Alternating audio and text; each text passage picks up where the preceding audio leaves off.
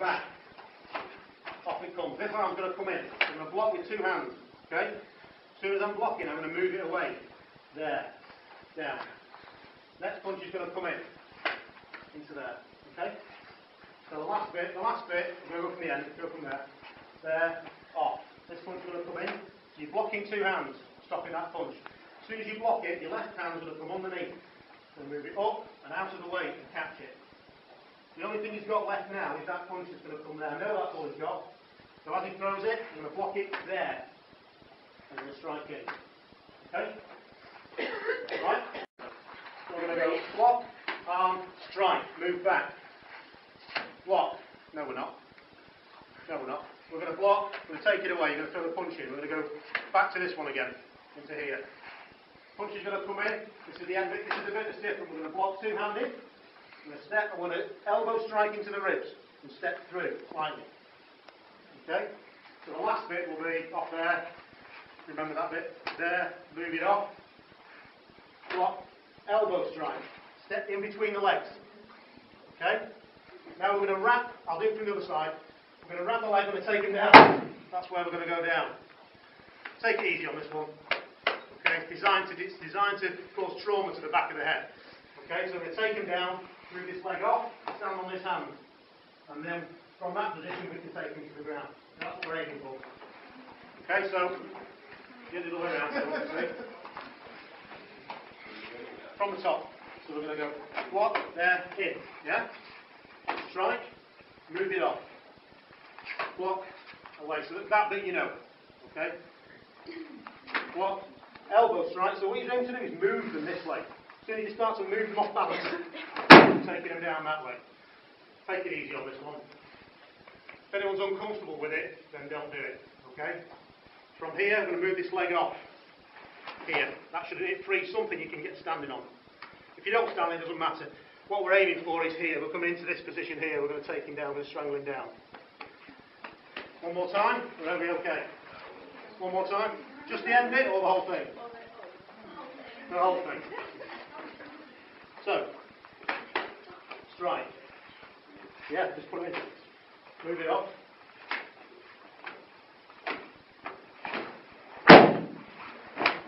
Yeah, you can strike whatever you like. Get a grip, yeah? I'll walk around, alright?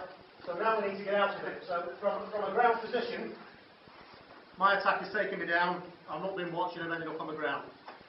First one's going to be very basic. So once he's got me down, he's going to come in for a strangle, whatever's in his mind. I don't want to be in this position. The more pressure he puts on, the worse it's going to get. And eventually, if I don't do something, I'm going to be finished. So I need to get him off. So what I'm going to do, I'm going to isolate this hand, very, very simple on this time. I'm going to strike into here, here, or wherever's soft first. And I'm going to come up behind this arm. So I'm going to break this first to drop him down slightly. And I'm going to come up behind this arm and I'm going to take him this way into the ground. Okay? This arm then is going to rotate for me. I'm going to come up into this position. And I've got a nice little arm lock on as well, which you can reinforce if you like. Step across and give him something else. So that's just a basic take-off, turnover and gain control again. So one more time. So as the strangle comes on, I'm going to break this arm, take him down into this position, into the ground. Lock this off. This becomes straight then, and usually it's in that position. So with enough pressure on the back of the shoulder, I can lock this on. I'm going to grab it with my hand, give me enough time to come up. Okay, I'm going to crawl up him, I'm going to take this arm, and I'll lock this into the back. So now I've got him in this position. Okay, so we've got a degree of control. If we come up here, don't do this, kids, because it really is nasty. If we lift up there, we can dislocate the shoulders from that position. Okay, shoulder joints come out forwards. So in that position, what we're aiming for is for both shoulder joints to pop out of the sockets in that position. So don't put pressure on there because I know it seems like it's fancy, it will happen. Okay, so a little bit of pressure, not too much. Okay. Can you see it again? One more time. Okay. So the strangle's going to come on. I can give myself some space here. What I don't want is, I don't want him to jump, but once he gets his pressure down, I'm going to struggle. So I want some space initially. Use this hand for space. If you're not strong enough, use your knee. That'll give you enough space. Initially, get rid of this arm, take him down. He should be flat now. If I want to control him, I can use his legs. I'm going to turn this arm in the back and grab it. I'm slipping out now. Shoulder against this forearm. Now I'm going to crawl up him, okay, to stop him moving. I'm going to take this arm, I'm going to slip it back and grip the shoulder. Now I'm in a good position, okay? I won't go any further than that. Just bear in mind that you have got him in a. The person that you're holding to the ground can't tap out at this point, okay? I'm sure they scream though. Okay, I'll walk around. All right. Isolate this wrist. I'm going to break this out here and into the wall. So you're exactly the same technique as you've just done, but standing up. Okay? One more time. Strike off into the wall. Keep moving with it. And now from there you can take the legs out. Don't do this, because as soon as he loses control of his legs, his shoulders are going to come out. Okay? The idea with this is to take the legs away, so that as they fall to the ground, it pops the shoulders out. We don't want to do that today, really, because you won't be very happy with me. So, you see how I get on, you've been doing it, so you should know how to do this. So if you grab a bit of wall, spread out a little bit, to break his nose, his face, or make him unconscious. Two things that happen are going to try and choke you out, if they know what they're doing. Most people don't. Most people, if you get into that position, you've not been watching. But it's a bad position, but most people are not going to go for the choke unless they know what they're doing.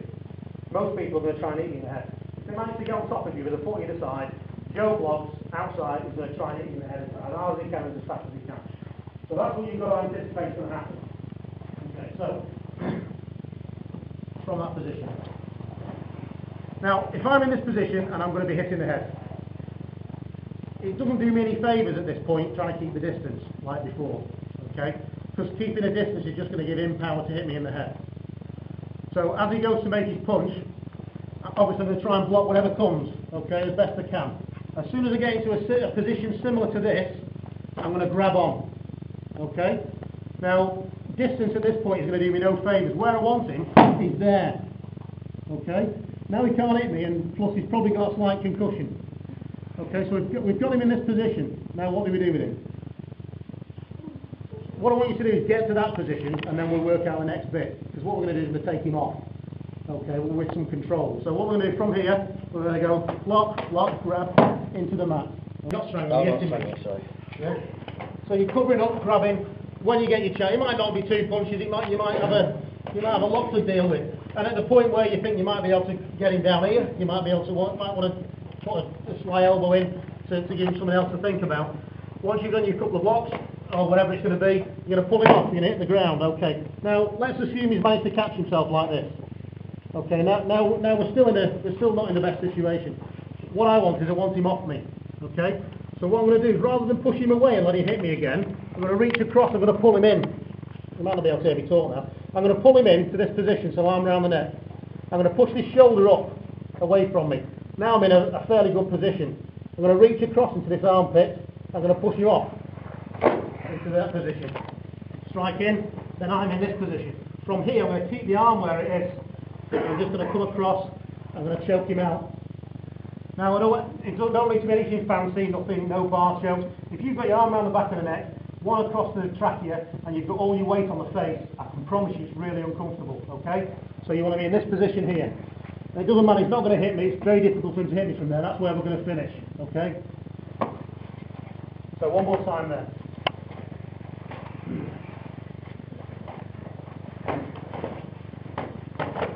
Into there. I'm going to push up on this shoulder and reach across, I'm going to pull him in. Now his head should be touching mine now, so it's uncomfortable for him, and he can't really do much, he can't see much. This hand should be underneath his arm now. I'm going to pull him off, I'm going to follow him and come through. His momentum should take me over at the same time. And we're just going to choke him out, suffocate him.